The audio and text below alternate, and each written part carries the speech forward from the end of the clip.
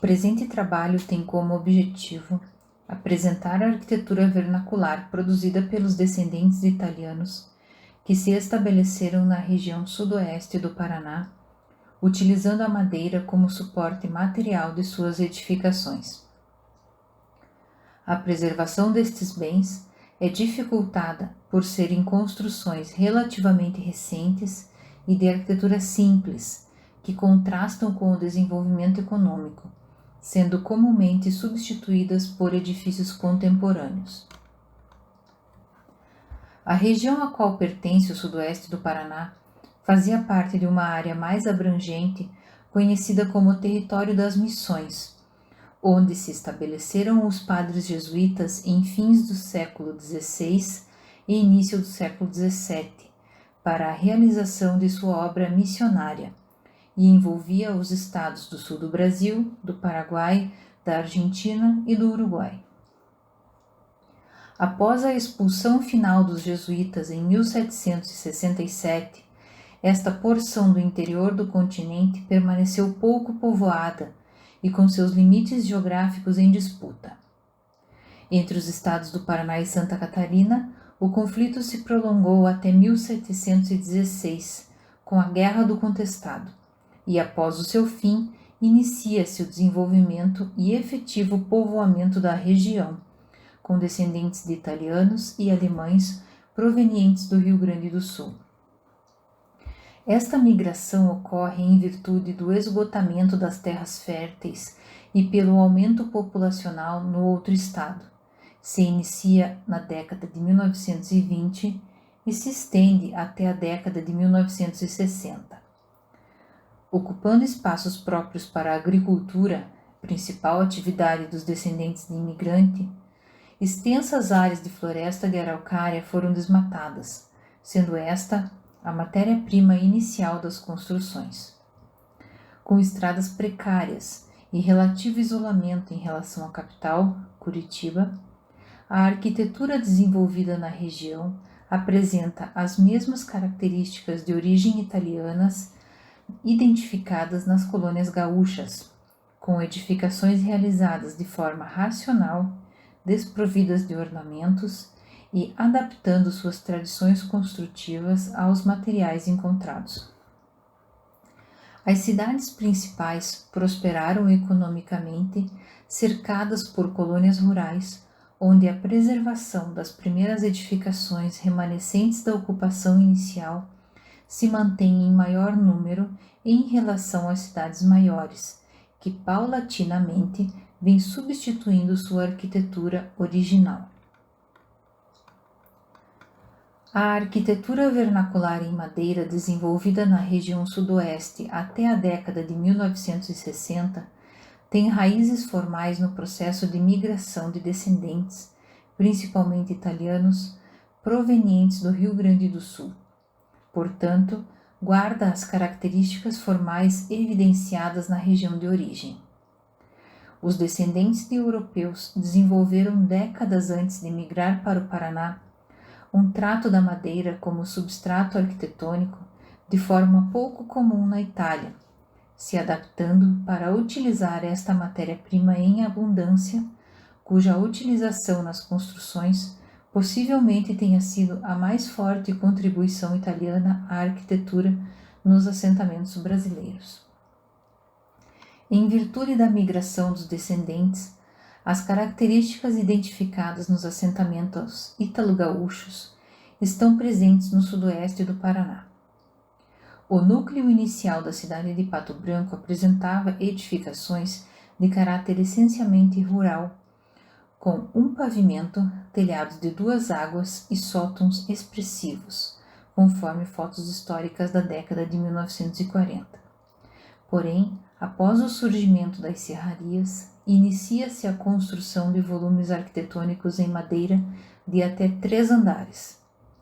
Os telhados altos, com sótão, perdem a função no meio urbano e cedem lugar às coberturas de 4 ou mais águas, feitas com telhas francesas. A tipologia construtiva da maioria das edificações era composta por uma estrutura em esqueleto de vigas e esteios, com fechamento em tábuas verticais arrematadas por mata-juntas que, pregadas à estrutura, funcionavam concomitantemente como vedação e contraventamento. A funcionalidade e a racionalidade prevalecem refletidas nas edificações com pouca ou nenhuma ornamentação. As formas de habitar dos imigrantes aparecem no programa construtivo das residências e permanece muito similar às tradições de sua terra natal. Na Itália, com lotes menores e terrenos mais escassos, comumente todas as funções estavam reunidas em uma única edificação. Nas colônias rurais do Rio Grande do Sul, habituou-se a construir separadamente a cozinha e o galpão, também chamado de paiol. Costumeiramente, as casas são edificadas em 3 pavimentos, aproveitando os desníveis dos terrenos para otimizar a divisão em setores.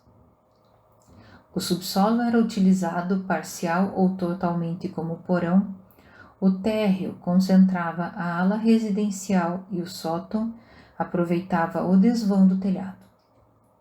A cozinha, que também servia de área de estar e convívio, inicialmente era construída próxima à residência e, em muitos casos, ligada à casa por uma pequena cobertura, por questões de segurança quanto a possíveis incêndios.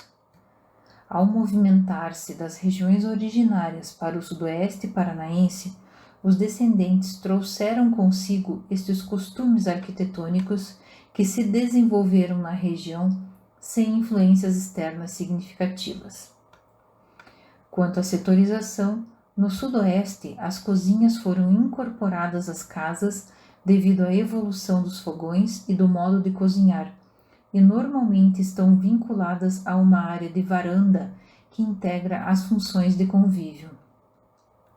A simplificação dos telhados e a utilização de telhas cerâmicas do tipo francesas em substituição às tradicionais scandole ou tabuinhas no início do século XX modificou a estrutura das coberturas, retirando a utilização dos sótãos.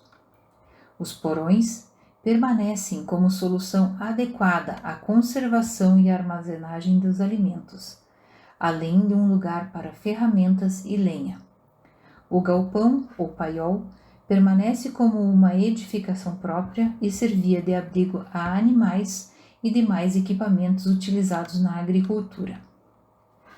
A questão religiosa sempre esteve presente nos assentamentos de origem italiana. O convívio acontece nas capelas e igrejas, que se tornam o centro de convergência e socialização que substitui o convívio urbano nas regiões rurais. No sudoeste, assim como as demais construções, os templos religiosos pioneiros também foram trabalhados manualmente em madeira, revisitando formas e tradições italianas. Uma das mais expressivas construções religiosas que merece destaque é a Capela São Francisco de Assis, localizada na colônia conhecida como Seção Jacaré, pertencente ao município de Francisco Beltrão. Trata-se de uma pequena comunidade de imigrantes italianos, oriundos das colônias do Rio Grande do Sul, que se estabeleceram inicialmente em Belvedere, Santa Catarina. Em 1952, fixaram residência no Paraná e construíram uma capela de madeira reconhecida como Patrimônio Cultural do município de Francisco Beltrão em 1995.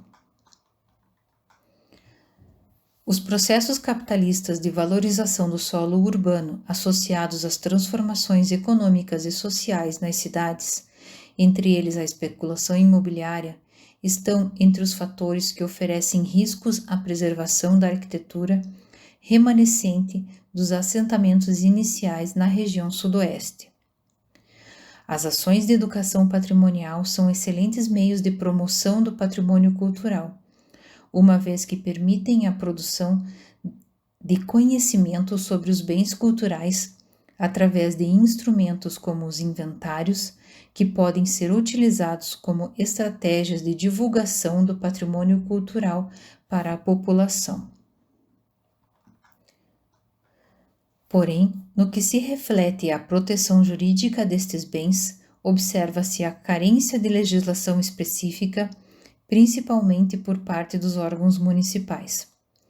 Estes bens ficam condicionados ao interesse privado, resultando quase sempre em demolições.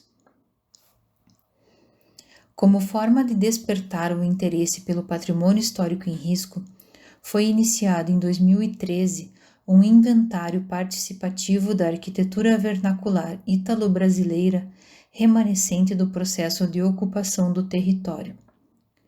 A iniciativa, vinculada ao curso de Arquitetura e Urbanismo da Faculdade da cidade de Pato Branco, visava a documentação do conjunto construído do período inicial de urbanização da região entre as décadas de 1920 e 1960. Ao realizar o trabalho, os alunos eram transformados em agentes ativos do processo de patrimonialização. Orientados pelos professores das disciplinas de História, arquitetos e professores do curso, os docentes partiam a campo e auxiliavam na busca por exemplares históricos. Também realizavam o levantamento físico e iconográfico das edificações, além do registro da história dos moradores e famílias originais. Entre os imóveis inventariados em 2013 estava a Casa Sbariaini, localizada no centro de Pato Branco. Os aspectos históricos e sua importância na história e ocupação da cidade não foram suficientes para assegurar a preservação. E em outubro de 2020, após anos desocupada e já em estado precário de conservação, a casa foi demolida para dar lugar a um edifício residencial. Diferente das inúmeras demolições identificadas no meio urbano ao longo dos últimos anos, observa-se que nas comunidades rurais existe uma tendência maior à preservação, devido à apropriação e envolvimento dos habitantes em relação aos imóveis. As constantes melhorias e reformas denotam o cuidado das pessoas em manter as edificações. Porém, identifica-se uma falta de critério nas intervenções realizadas conforme o gosto e a vontade dos empreiteiros. Na Capela de Santo Antão, situada na comunidade de 30 Voltas, no município de Bom Sucesso do Sul, foi identificada a substituição do material original da fachada em madeira por placas cimentícias, prejudicando a leitura original da arquitetura vernacular.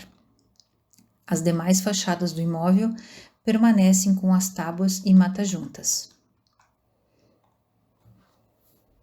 As edificações em madeira são a materialização do processo de ocupação da região sudoeste com significação cultural adquirida e valor histórico inegável, por representar a primeira manifestação arquitetônica na ocupação do território.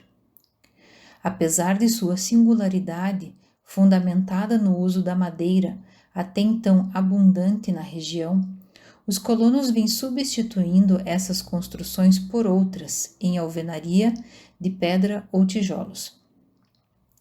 O processo de substituição da arquitetura original se acelerou a partir dos anos 90 e está pautado sobre valores comerciais e a errônea sensação de modernidade que a verticalização dos centros urbanos traz.